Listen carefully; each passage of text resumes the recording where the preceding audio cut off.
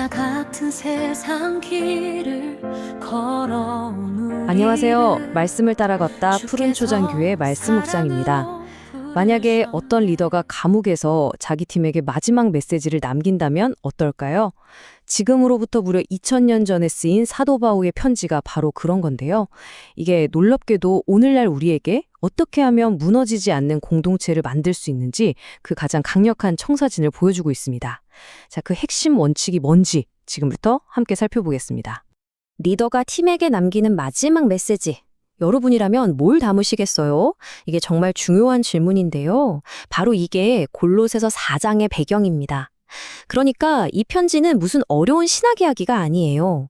그보다는 어떤 위기가 닥쳐도 흔들리지 않는 그런 튼튼한 팀을 어떻게 만들 수 있는지에 대한 아주 실용적인 설계도라고 할 수 있죠.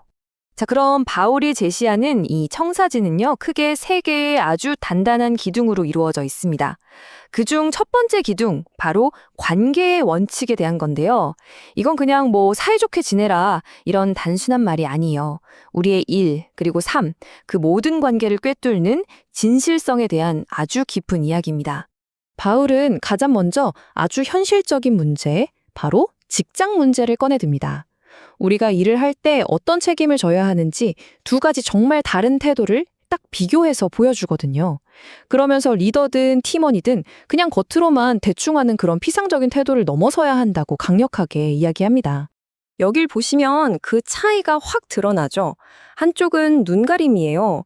말 그대로 남들 눈만 의식해서 보기 좋게 최소한만 일하는 태도죠. 반면에 다른 쪽은 성실한 마음입니다.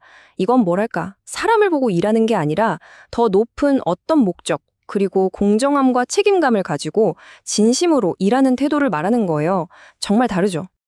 근데 이 진실성이라는 원칙이 공동체 안에서만 적용되는 게 아니에요.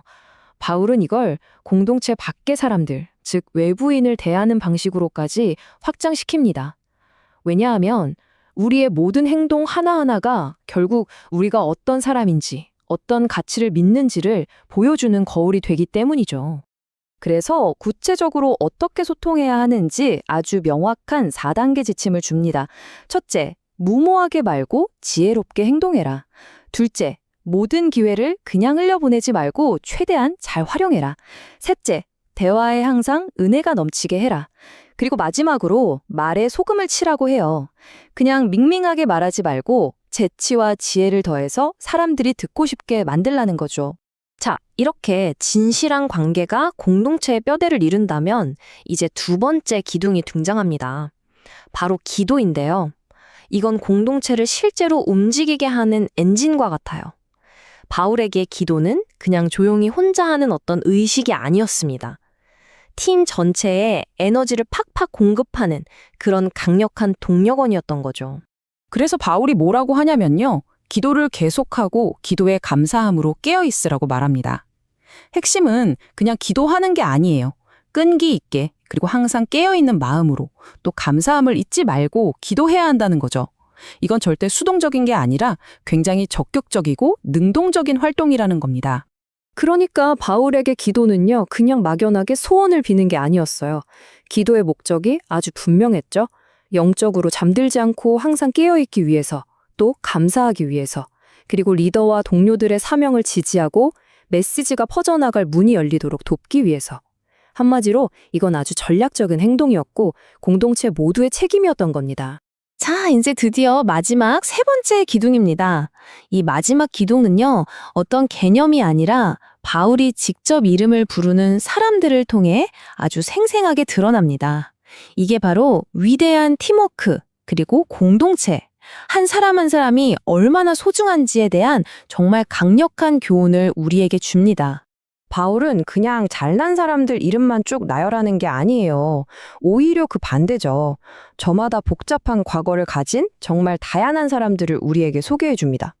이걸 통해서 뭘 보여주냐면 진짜 강한 공동체는 완벽한 사람들끼리 모여서 만드는 게 아니라는 거예요. 온갖 유형의 사람들이 함께 어우러질 때 만들어진다는 걸 보여주는 거죠. 어떻게 보면 바울의 팀은 정말 드림팀이라고 할 수 있어요. 근데 그게 완벽한 영웅들만 모여서가 아니라 저마다의 사연과 약점을 가진 사람들이 함께 모여 하나의 목표를 향해 갔기 때문입니다. 바로 이 다양성 속에 진짜 힘이 있다는 것, 이게 이 장에서 우리가 얻어야 할 가장 중요한 교훈 중 하나일 겁니다. 구체적으로 어떤 사람들이 있었는지 한번 살펴볼까요? 이 표를 한번 보세요. 정말 다양하죠? 한때 노예였지만 이제는 신실한 동역자가 된 오네시모. 이 사람을 통해 사명은 사회적 신분을 초월한다는 걸 보여주죠. 또 한 번 큰 실수를 저질렀지만 실패를 딛고 다시 기회를 얻은 마가도 있고요. 전문직인 의사로서 자기 기술을 사명에 바친 누가도 있습니다. 물론 안타깝게도 중간에 사명을 떠나버린 데마 같은 사람도 있었어요. 이 모든 걸 통해 바울이 전하는 메시지는 아주 명확합니다. 배경이 어떻든 우리 모두에겐 역할이 있고 정말 중요한 건 끝까지 함께하는 것. 그게 진짜 팀이라는 겁니다. 자, 이제 이 모든 이야기의 대미를 장식하는 바울의 마지막 인사말로 넘어가 보겠습니다. 이 짧은 마지막 인사가요, 사실상 이 편지 전체의 핵심을 아주 완벽하게 요약하고 있습니다. 생각해보세요.